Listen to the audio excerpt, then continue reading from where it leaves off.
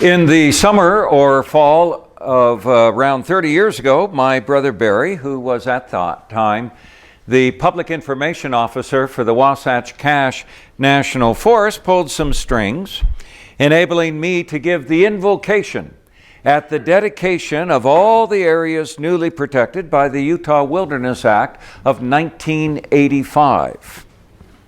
We made our way up to the ceremony site in the High Uintas, a chain of mountains that's about 60, 70 miles to the east of Salt Lake City. And while we waited for all of the dignitaries to show up and read basically the speeches that my brother had written for them, I happened to get the chance to chat with the most celebrated celebrity in the bunch, Senator Jake Garn of Utah. On that day, however, he was not so much noted for his being a United States Senator, although that was admirable, but rather his name was front and center in the entirety of our country because he had just returned from a 1-week-long flight in orbit as a payload specialist aboard the Space Shuttle Discovery. And everybody was pretty excited about that. Notwithstanding the fact that he had served in the military quite admirably as a pilot, it still was something to send a senator into space. Something, of course, many of us would like to do to a selected number of them on numerous occasions today.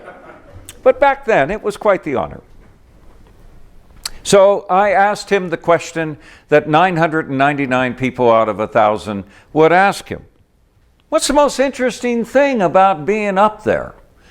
And of course, I expected to hear something about the blast-off that took him there, or weightlessness and what that must have been like, or the view of outer space. We often talk about the view from outer space, but of outer space, looking in ways that none of us have ever seen. And instead, he answered with something right along the lines of, I didn't see any boundaries. And then he went on talking about that, and that would seem absolutely obvious to any of us who have ever been in an airplane. You don't see where one state ends and another state begins, or that which is the demarcation of one country from another.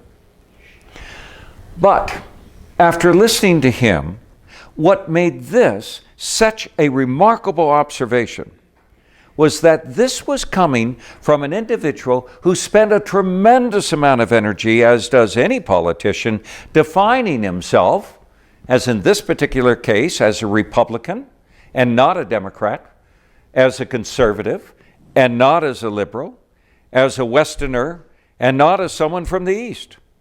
His life was filled with definitions of boundaries, and there probably was not a piece of legislation that he authored or that he voted on in his entire career, he was also the mayor of Salt Lake City, that was not influenced by limits of one sort or another. How he dealt with tax breaks, how he dealt with appropriations, the military, everything that came his way involved being influenced by boundaries, by parameters, by fences, by definitions of what is in and what is out, what qualifies and what doesn't qualify. And such, of course, is the nature of politics, isn't it? In other words, what I got out of what he was saying that morning that I've remembered to this day, sadly not any of my brother's speeches that he wrote, was that this flight for 1 week radically changed his notion of reality as he understood it. What fundamentally had made much of his life meaningful, or at least governed it, had now been totally upset. Of course, that was not the only thing that was upset. Supposedly, this poor guy got terrible motion sickness, so much so that astronauts to this day measure the degree of severity by which one's stomach is turning after him. So at least he's of note. You don't want to be of note of that. But just imagine his whole world is turned upside down. What would it be like if your world and my world was ripped out from underneath you because you saw this new reality, brand new way of looking at everything? Well, this morning is indeed the sixth Sunday after Pentecost, but as I mentioned, we've changed things a bit by celebrating instead one of the major holy days in the church calendar, that being Independence Day, using the readings for that day as opposed to the readings that would normally be assigned for this morning. Listen again to just a snippet out of the Gospel for Independence Day. Jesus says that while the common practice, of course, is to love one's neighbor and hate your enemy, I say to you, love your enemies and pray for those who persecute you, so that you may be sons of your Father who is in heaven. Sons and daughters of your Father who is in heaven, through loving your enemy. What Jesus was talking about involved removing boundaries that are so naturally constructed to make our lives manageable, if nothing else. He was giving us a new picture of a family of humanity that maybe we don't really appreciate. Not unlike Senator Garn's view from space, those means by which we had governed and made sense of the world had now been totally discarded by Jesus. It's kind of a difficult thing to think of an earth so free of such convenient judgment. I'm pretty comfortable knowing who the bad guys are and keeping them so identified in some camp that's way over there someplace. And knowing something about the American Revolution, for which we remember yesterday as being the moment 239 years ago in our relatively short history in which we proclaimed independence, I'm rather convinced that the Patriots' feeling towards the British was also similarly harsh. They knew who those guys were, and they didn't like them. And just as they threw off the yoke of injustice and set themselves free in 1776, something we all seem to embrace, we have been called to do the exact same thing and engage in our own Independence Day by forgiving one another and loving one another, even those who are hard to forgive and those who are difficult to love. And the expectation of that enterprise is that such forgiveness and such love will be as monumental in our lives as was the revolution for the early citizens of our new nation. We are called to let it go. That can be hard. My seminary is on Brattle Street in Cambridge, Massachusetts. Next door to the cemetery is a house that we used for some of our classes that George Washington also used when he commanded troops from that area. And across the street from that house happens to be a home from which the Union Jack still flies. It flew before the Revolutionary War. It continues to fly. They're holding out hope. They're hanging on to something that they may wish to let go. Over the last 2 weeks, those of us who were in attendance at the General Convention, including Sean back there and Cynthia and me, had some real practice in this business of forgiveness and loving one another.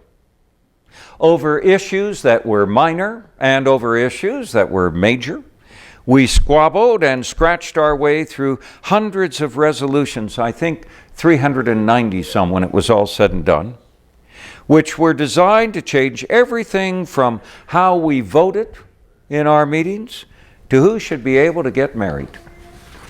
And needless to say, the opportunities for hurt feelings and wounded egos was just phenomenal.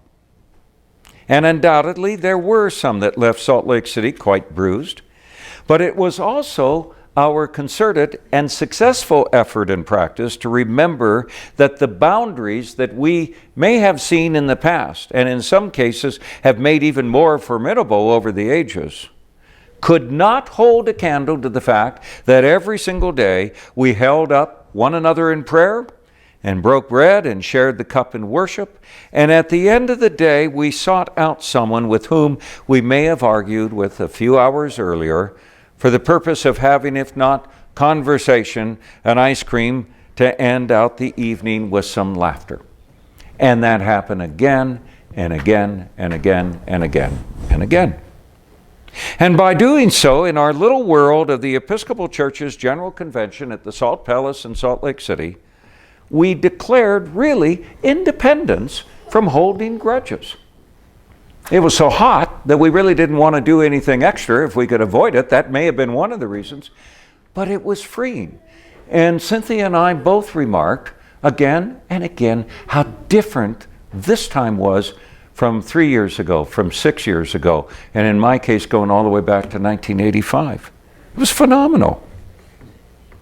Now, having said that, I know that remaining part of the family in church meetings in which disagreement is just part of the name of the game is not the same as cultivating friendships and love with national enemies. And I know it's easier to have a beer with a bishop or another cleric or a member of the laity with whom maybe I happen to disagree than it is with someone or a nation that truly seeks to do us harm. And they're out there. But I also remember what one of my professors said in seminary so many years ago, that you have to start someplace, somewhere in practicing forgiveness and engaging in Christian love. You got to start somewhere. So how about the people around you? On this Independence Day weekend, I think it would do us very well to remember not just those great patriots who were there to help us create this wonderful nation, but also to celebrate those who have enriched it through their courageously embracing others with whom we were once at war, thus freeing us from having a list of enemies which would otherwise be much longer than the one that we have today. If we can also this weekend remember them, people on both sides of the battle lines, and their gift to us of examples of reconciliation. And I'm thinking of those with whom we have been engaged in hostility, including, of course, England and Germany and Japan and Spain and Vietnam and Hawaii and every Indian tribe that occupies the lower 48. And lest we forget even the land of Deseret, Utah, and the Mormons in 1857, with whom we were at war, we will realize that this forgiveness and love has really taken us a long way in our national life. And so, on this festive weekend, we've now been called to do the same, not just for the sake of the world, but because you never know personally where reconciliation will take you. Hawaii comes to mind. Thank God that we've been forgiven. Thank God we've had the wisdom to forgive. And thank God all of that gives us good reason today to create in our lives Independence Day anew. Amen.